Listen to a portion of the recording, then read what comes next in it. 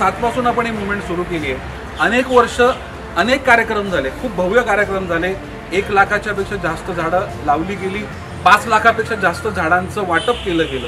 पर्यावरणाविषयी मार्गदर्शन, स्वच्छता मोहीम, मँग्रोव्हमध्ये स्वच्छता मोहीम, ही मुवमेंट अशीच थांबणार नाही।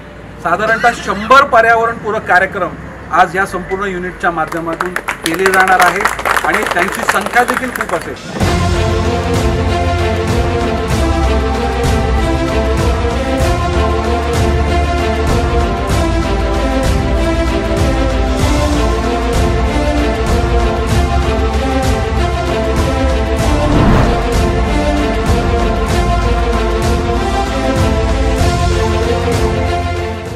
संपूर्ण जगभरात ग्लोबल वॉर्मिंगची झळ पोहोचत असताना पर्यावरणाबाबत आता लोकांमध्ये जागरूकता वाढत आहे।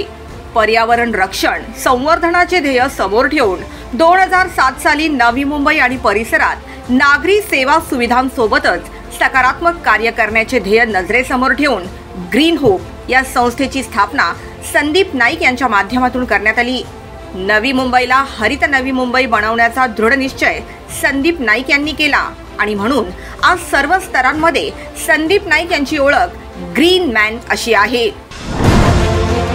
ग्रीन होपच्या माध्यमातून हरित नवी मुंबईला प्रोत्साहन, गावठाण, निवास क्षेत्र, औद्योगिक क्षेत्रात वृक्षारोपण कार्यक्रम, जलपर्यटनाला चालना, प्रदूषण विरहित उत्सव साजरा करण्यासाठी प्रोत्साहन, विद्यार्थ्यांसाठी पर्यावरण विषयक विविध स्पर्धा।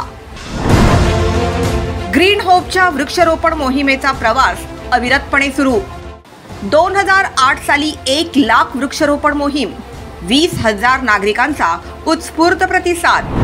2009 साली 2 लाख वृक्षारोपण मोहीम, खारफुटी रोपण हे मोहिमेचे उद्दिष्ट।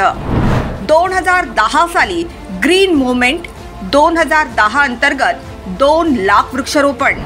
आज तागायत विभिन्न उपक्रमांचे आयोजन दरवर्षी ग्रीन होपच्या माध्यमातून केले जात आहेत।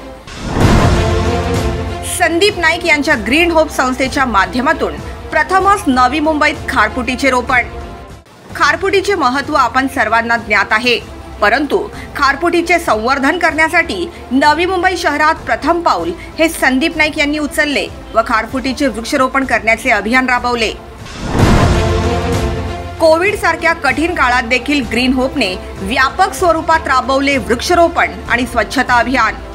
कोविड हा काळ सर्वांसाठीच कठीण होता, परंतु या काळात देखील संदीप नाईक यांनी ग्रीन होपच्या माध्यमातून राबवले जाणारे उपक्रम सुरू ठेवले व शहरातील नागरिकांना देखील यामध्ये सामील करून पर्यावरणाचे महत्त्व पटवून दिले।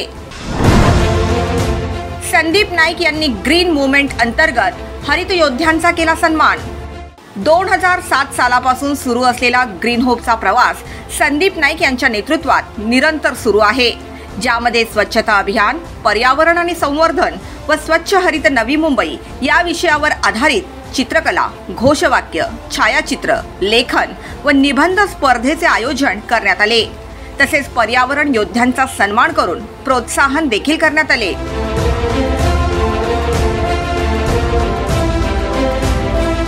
नवी मुंबई शहराला अनेक सन्मान प्राप्त आहेत आणि अनेक क्षेत्रात नवी मुंबईचे नाव लौकिक देखील आहे, परंतु नवी मुंबई शहराला हरित शहर हे नाव मिळवून देण्यासाठी ग्रीन मॅन अशी ओळख असलेले संदीप नाईक निश्चितच सार्थ करतील अशी अपेक्षा आहे।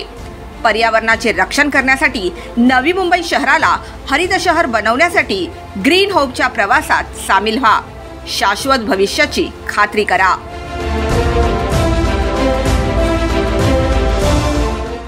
Bureau report, the metro.